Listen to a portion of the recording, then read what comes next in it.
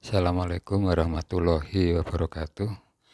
Saudara-saudara, marilah kita pada hari ini mempelajari tentang data. Jadi pada minggu yang lalu kita sudah membahas mengenai macam-macam data, dan marilah pada hari ini kita mempelajari bagaimana bagaimana ragam cara mengumpulkan data tersebut. Jadi pada bagian terakhir nanti, setelah kita membicarakan teknik atau cara pengumpulan data, akan kita bahas sedikit tentang pengukuran. Jadi pengukuran itu adalah bagian dari bagaimana data dikumpulkan.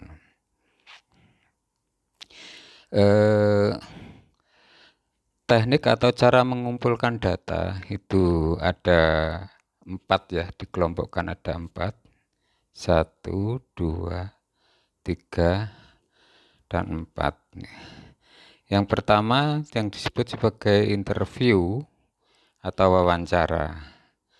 Ya, sesuai dengan nama bahasa Indonesianya, wawancara, maka data ini dikumpulkan dengan cara berwawancara atau bertanya jawab dengan orang atau responden. Kok bukan hewan, Pak? Ya, hewan kan nggak bisa berbicara. Jadi interview atau wawancara hanya bisa dilakukan apabila data itu diambilnya dari orang. Kemudian kuesioner, angket ya, observasi, pengamatan, dan kemudian pengukuran.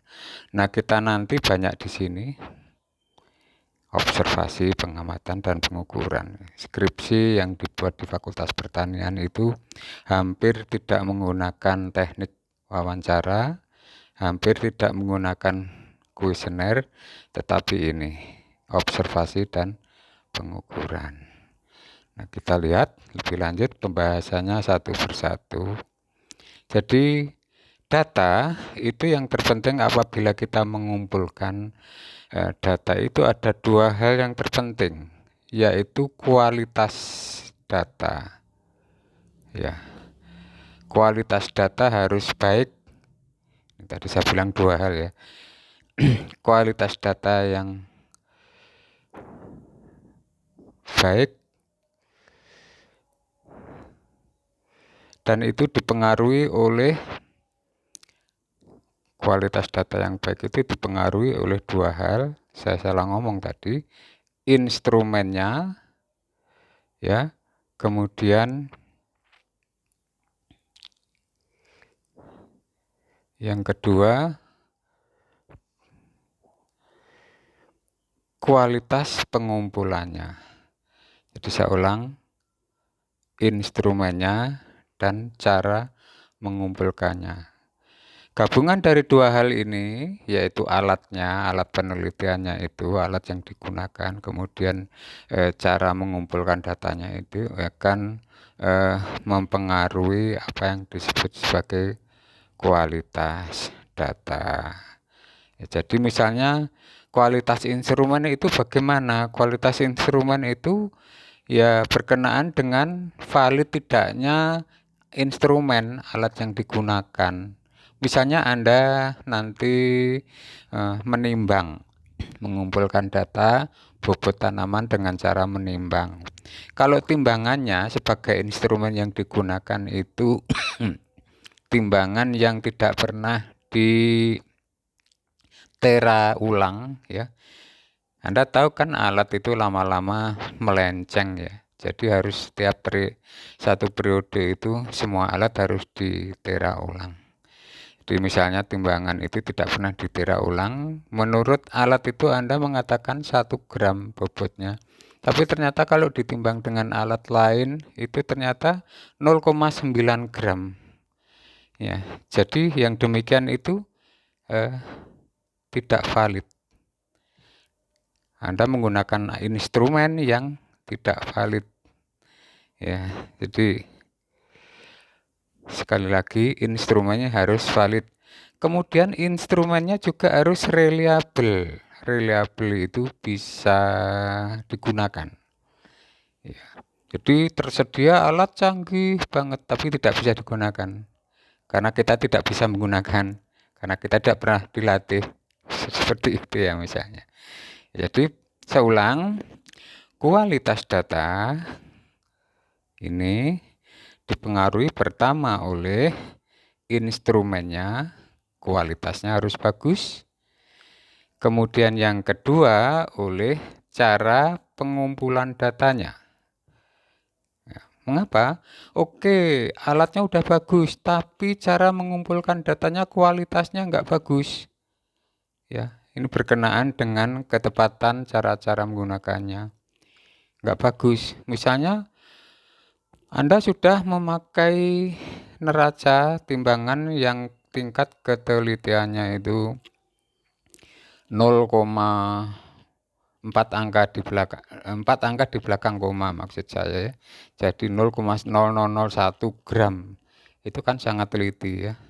Tetapi cara menggunakannya setelah menimbang itu ternyata Anda menimbangnya bersamaan dengan pembungkusnya.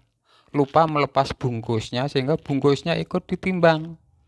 Nah, jadi bobot yang Anda catat tadi adalah bobot dari bungkus juga ikut jadi ini berkaitan dengan ketepatan cara-cara menggunakannya. Saya ulang, intinya adalah bahwa kualitas data harus meliputi kualitas instrumennya dan dipengaruhi oleh kualitas instrumennya dan kualitas cara mengumpulkan datanya. Kemudian bila dilihat dari settingnya, data itu dapat dikumpulkan dari, jadi ini seperti kemarin pada saat kita membahas data ya, sumber data itu dari alam, alamiah, natural. Ya. Pertama, itu sumber data itu dari alamiah. Yang kedua, data itu bisa dari laboratorium. Jadi metode eksperimen. Nah, yang ini kita laksanakan. Yang ketiga, bisa dari kita mengikuti seminar atau diskusi, tanya jawab. Itu bisa muncul data. Yang semula kita tidak punya data, ternyata dari hasil seminar, kita mengikuti seminar, kita bisa mendapatkan data. Ya.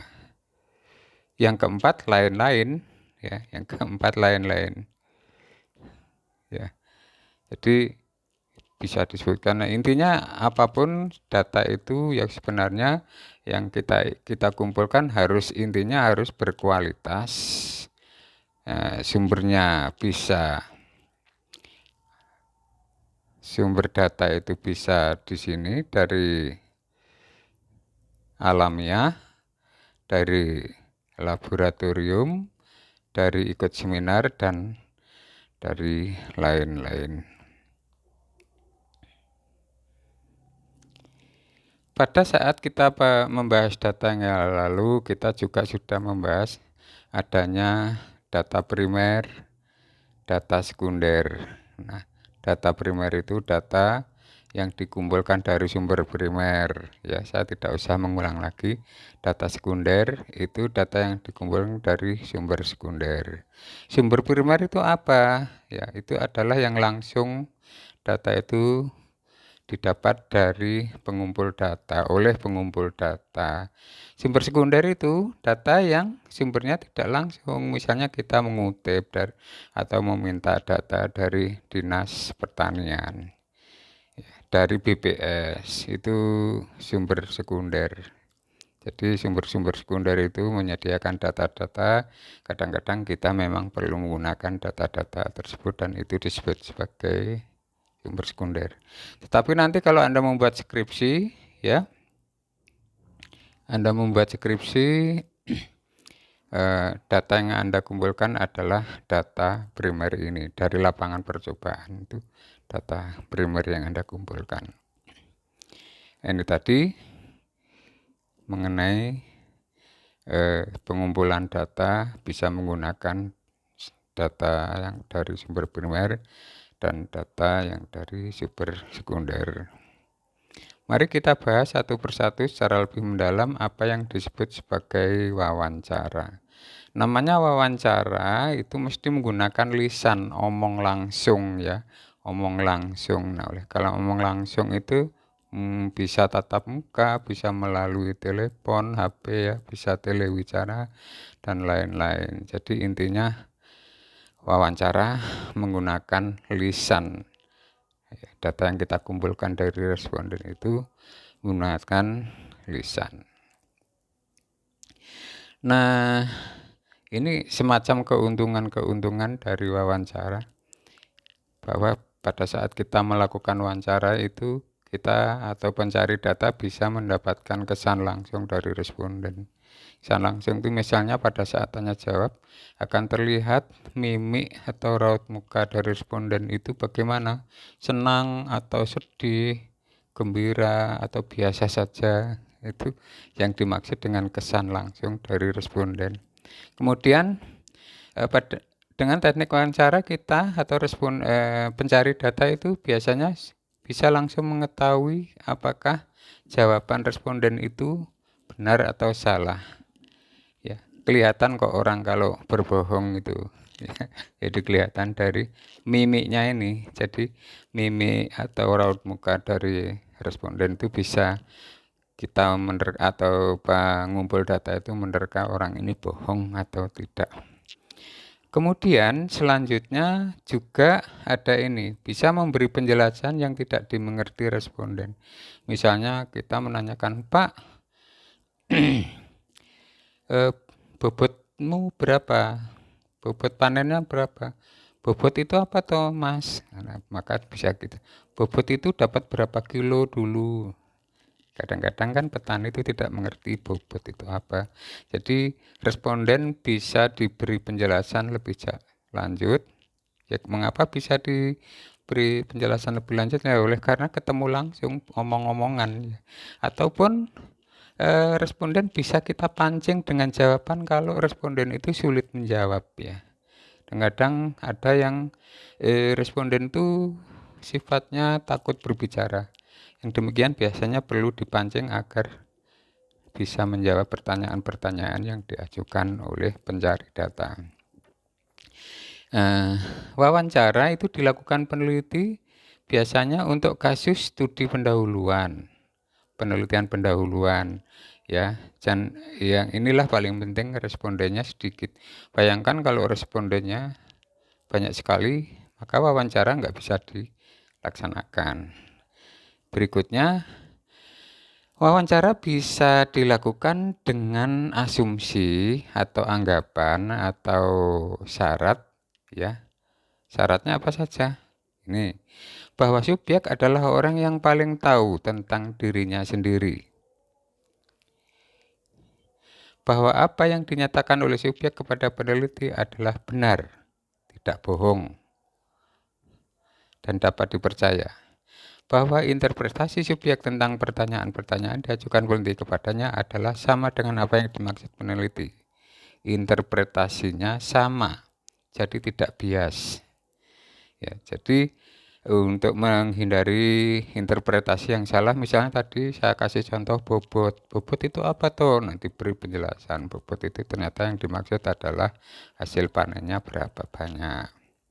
Nah, wawancara itu bisa berupa wawancara terstruktur dan bisa wawancara tidak terstruktur. Nah, kita bicarakan dulu wawancara yang terstruktur. Nih. Namanya terstruktur berarti sebelum dilakukan tanya jawab atau wawancara itu sudah dilakukan semacam apa saja yang mau ditanyakan, daftar pertanyaan misalnya. Jadi di sini ditulis, dilakukan bila peneliti atau pengumpul data telah mengetahui dengan pasti tentang informasi apa yang diperoleh. Ya, jadi yang akan ditanyakan itu sudah direncanakan dulu. Nanti saya pertama bertanya nama, umur, alamat, dan seterusnya itu sudah direncanakan terlebih dulu. Tidak acak seketika baru bertanya apa saja, itu namanya nanti tidak terstruktur. Jadi Biasanya pada wawancara terstruktur itu pengumpul data sudah menyiapkan alatnya, alat penelitian ya. Biasanya berupa pertanyaan-pertanyaan tertulis yang sudah dicatat gitu ya maksudnya di sini. Nah, kemudian wawancara tidak struktur ya kebalikannya, kebalikan dari wawancara terstruktur tadi. Jadi wawancara tidak terstruktur ini ya berarti tidak ada pedoman wawancara, tidak ada pedoman wawancara. Nah, ini sering digunakan penelitian pendahuluan. Jadi sebelum penelitian yang beneran, wawancara dilakukan wawancara yang tidak struktur, takon-takon sik, gitulah istilahnya, mencari informasi awal. Ya.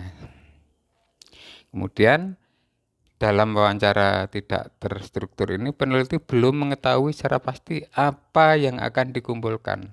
Jadi ini belum mengetahui secara pasti apa yang akan dikumpulkan. Jadi ya kasarnya takon-takon dulu, tanya-tanya dulu sebelum dibuat pertanyaan-pertanyaan pentingnya. Ya, jadi seperti itu wawancara tidak terstruktur. Kemudian tentang teknik wawancara itu yang mempengaruhi di sini saya tulis sebagai tergantung, itu maksudnya yang mempengaruhi kualitas teknik wawancara. Pertama, hubungan baik ya, relasi ya. Kemudian kedua, keterampilan sosial dari peneliti yang baik, kemudian juga penampilan diri yang baik ya. Kemudian yang ketiga, pewawancara harus mempunyai pedoman dan cara pencatatan yang baik. Ini ada pedomannya.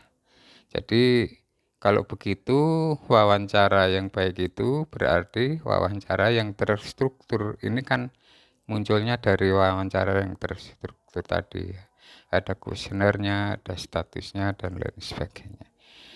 Saudara, untuk wawancara ini kita tidak terlalu penting karena kita di awal kuliah sudah saya katakan kita tidak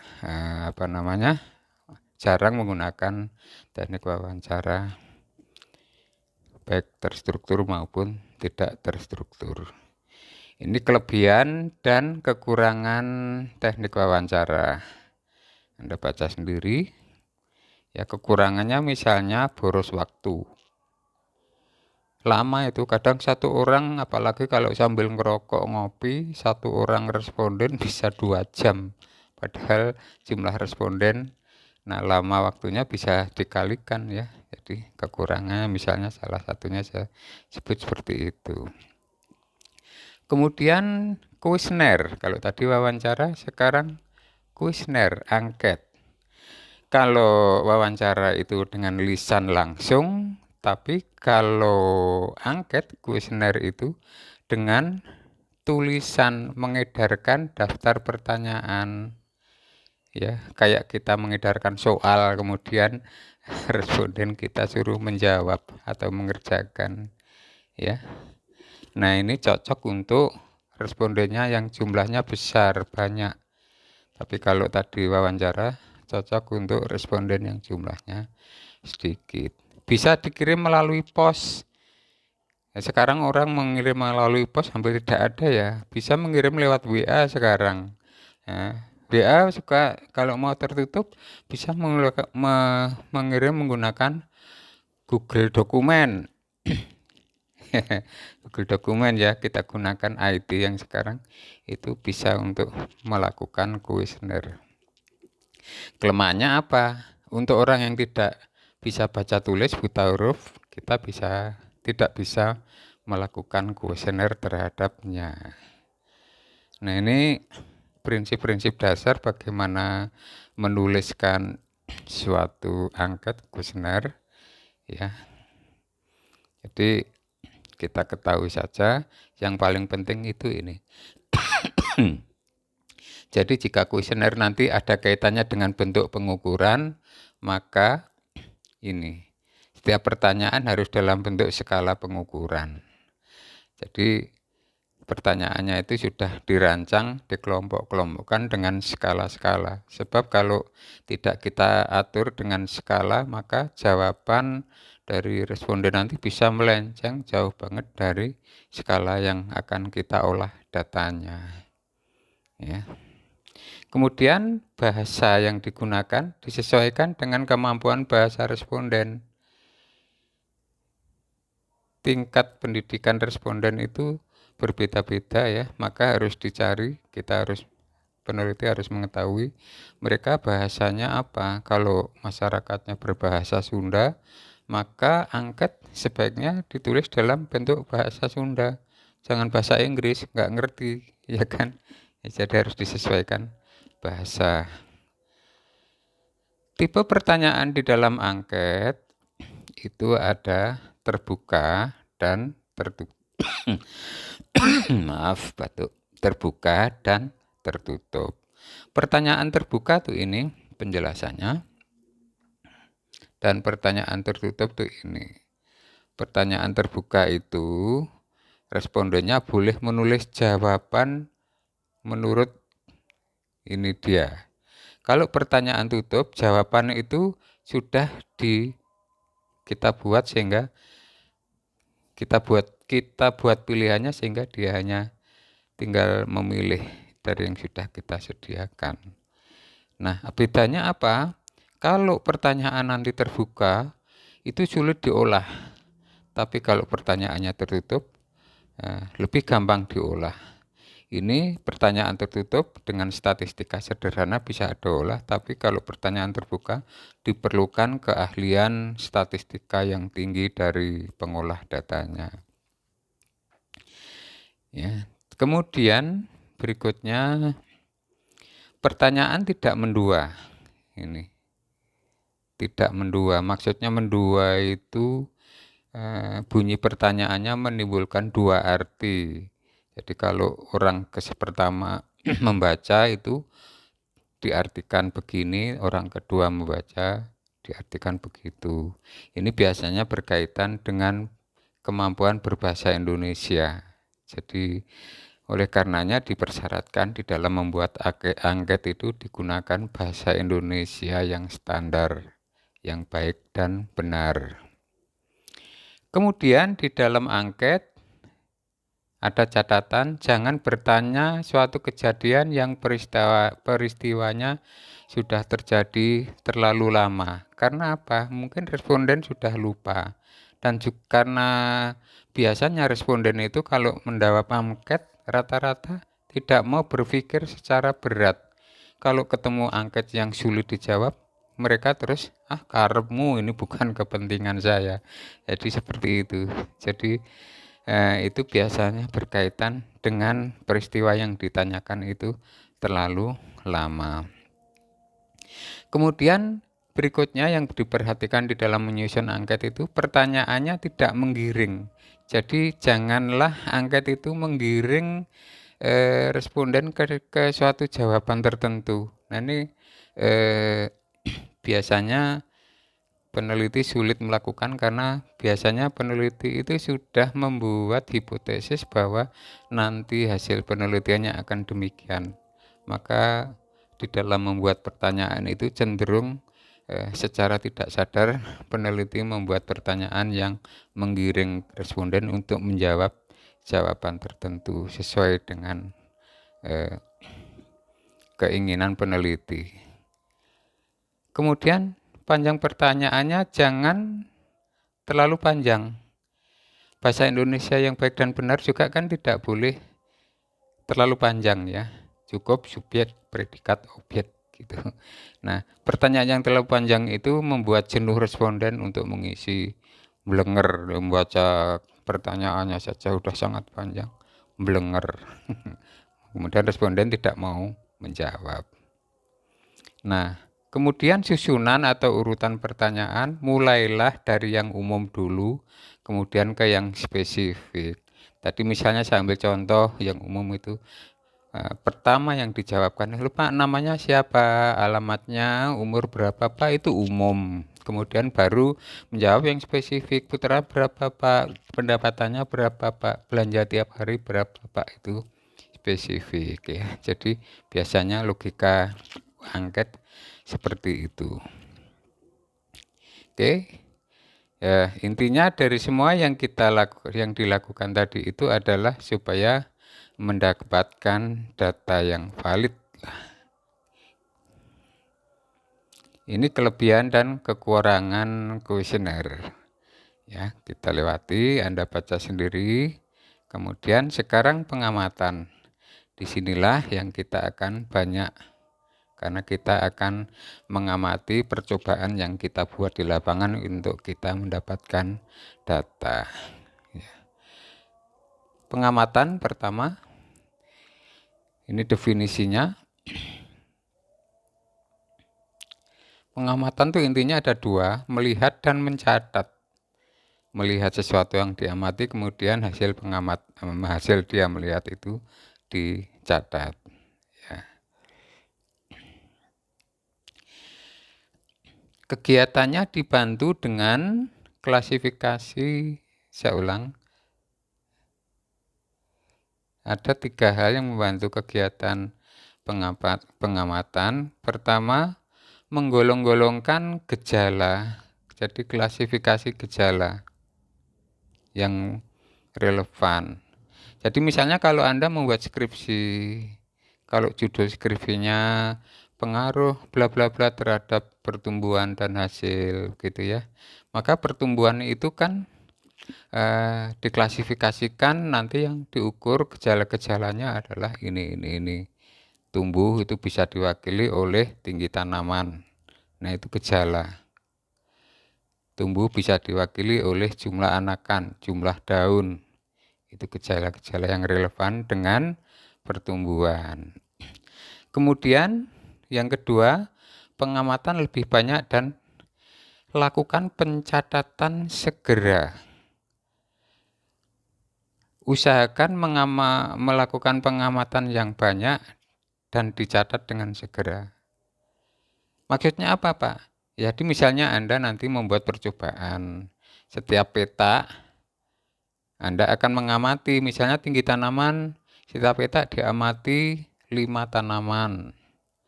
Diukur dan segera dicatat. Jangan 5 tanaman diukur, diapal kesek, setelah 5 selesai baru dicatat. Enggak, Anda sudah lupa, ya kan? Seperti kalau saya pergi ke ini penjahit baju itu, aneh, penjahit baju itu ngukur tek terus baru dicatat, dia hafal. Ya, oleh karena pekerjaan saya hari-harinya itu. Tapi Anda nanti kalau mengukur tanaman, tinggi tanaman atau apapun, itu jangan ditunda mencatatnya, harus segera dicatat.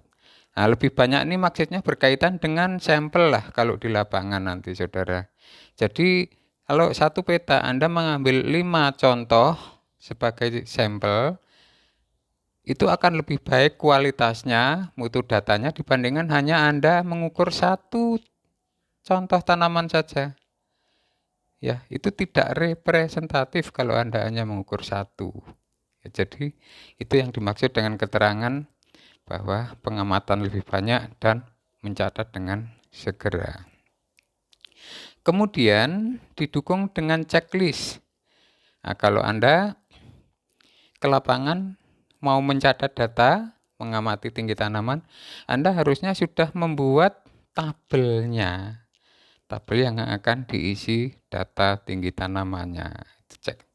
Checklist. Kemudian mungkin juga Anda menggunakan tablet atau HP untuk alat-alat elektronik, ataupun kamera, video, dan lain-lain sebagainya.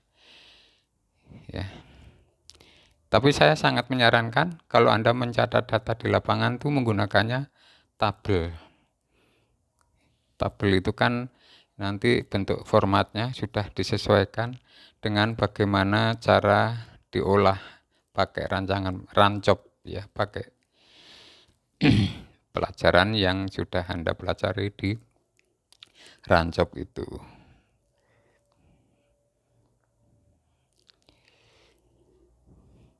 Nah, observasi pengamatan itu sebenarnya utamanya yang mau diamati itu adalah gejala-gejala alam.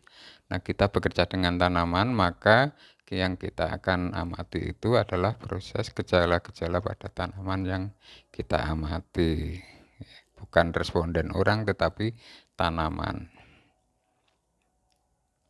Nah, pengamatan itu ada observatornya. Kegiatan pengamatan disebut observasi. Nah, observasi ini ada dua. Observasi partisipannya ada dua. Ada penelitinya itu terlibat di dalam proses, ya. Ada penelitinya itu tidak terlibat di dalam proses, non partisipan. Kalau yang tadi di atas ini partisipan, yang di bawah ini non partisipan. Bedanya apa? Observasi partisipan itu penelitinya terlibat di dalam proses. Biasanya ini pada ilmu-ilmu sosial, ya. Jadi orang ingin mendapatkan data yang valid dari responden. Kita kalau orang yang kita tanya-tanya itu merokok, maka kita ikut merokok. Orang yang kita tanya-tanya itu makan di warung, maka kita ikut makan di warung. Itu yang dimaksud terlibat. Jadi di sini ikut melakukan dan ikut merasakan apa yang sedang dilakukan oleh responden. Sedangkan pada yang di sini tadi observasi non partisipan, ya, peneliti itu hanya sebagai pengamat independen, tidak terlibat. Nah, kalau begitu Anda membuat skripsi, ikutnya yang mana? Ya, ikutnya yang ini. Ya, Anda kan hanya mengamati tanaman. Anda tidak bisa terlibat langsung di dalam proses tanaman itu. Misalnya tanaman kan dipupuk, Anda kan tidak bisa berproses di dalam pemupukan itu, ya. Tuh.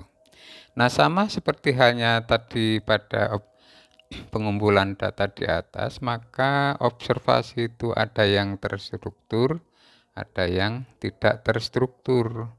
Penjelasannya sama, kalau terstruktur itu sudah dirancang sebelum observasi dilakukan, sedangkan observasi tidak struktur itu tidak dipersiapkan terlebih dahulu. Ya, tadi di atas kan pada wawancara itu sudah kita bahas ini mengenai terstruktur dan tidak terstruktur. Nah, kalau begitu Anda nanti ikutnya yang mana? Anda nanti ikutnya adalah observasi terstruktur. Karena Anda ke lapangan sudah mengetahui, sudah direncanakan, sudah dirancang apa yang akan Anda ukur. Cara mengukurnya pun sudah Anda persiapkan. Misalnya, nanti saya mengukur tinggi tanaman, caranya demikian gitu. Di dalam proposal Anda sudah menjelaskan satu persatu bagaimana tentang cara observasi yang akan Anda laksanakan. Kemudian ini adalah kelebihan dan kekurangan dari teknik observasi. Anda baca sendiri, ya. Saya kira sudah sangat jelas. Nah, ini instrumen alat dari observasi atau pengamatan. Ya, jadi satu checklist. Kalau Anda nanti ya perlunya tabel data kosongan. Kemudian skala penilaian. Kalau Anda jarang menggunakan ini, Anda kan biasanya mengukur, menimbang, tidak dalam skala. Daftar riwayat kelakuan Anda tidak menggunakan. Ini kemudian yang paling aneh adalah alat-alat mekanik elektronik.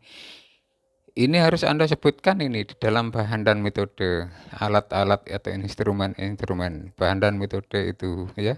Harus Anda bahan dan metode pada bagian bahan dan alat itu harus Anda sebutkan secara detail. Kemudian yang terakhir mengenai pengukuran, ya. Ini namanya mengukur, itu adalah satu teknik mengumpul data yang cara mengukur dengan alat yang sesuai. Kalau tinggi tanaman, ya ukurannya meteran. Kalau bobot, ya ukurannya timbangan. Itu yang dimaksud dengan istilah sesuai. Jadi mengumpulkan data dengan cara mengukur dengan alat. Kalau warna daun, ada nggak alat ukurnya? Ada, sekarang sudah diciptakan warna daun. Misalnya hijau, itu tingkat hijaunya di skala 4, skala 3, skala 2, skala 1. Kalau 4 itu sangat hijau, hampir hijau gelap. Kalau 1 hijaunya agak kuning, misalnya seperti itu. Kemudian alatnya, sebutkan mereknya.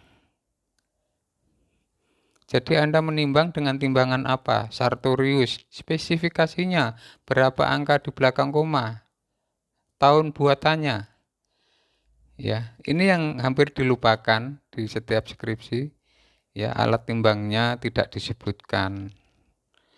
Ya, ternyata setelah ujian ketahuan bahwa mahasiswa mengukurnya dengan alat timbangan kue yang ada di dapur itu, yang pakai per, yang kalau ditekan setelah dilepas angkanya tidak kembali ke nol. Itu ketahuannya setelah ujian berlangsung. Nah, data yang demikian kan tidak valid ya. Datanya tidak valid. Kemudian juga tidak reliable. Padahal data itu sangat penting posisinya. Mengapa? Karena data itu akan digunakan untuk menguji hipotesis. Jadi kalau datanya jelek, tidak valid, maka yang berarti alat yang digunakan untuk menguji hipotesis jelek. Sesuatu yang diuji dengan yang jelek, hasilnya jelek. Ya, jadi hati-hati dengan data. Data yang Anda kumpulkan harus valid dan reliable karena dia akan kita gunakan untuk menguji hipotesis. Saudara-saudara, untuk ini FG Data Interview kita tidak melakukan, oleh karenanya tidak saya bahas di sini. Demikian perkuliahan saat ini. Terima kasih atas perhatiannya. Wassalamualaikum warahmatullahi wabarakatuh.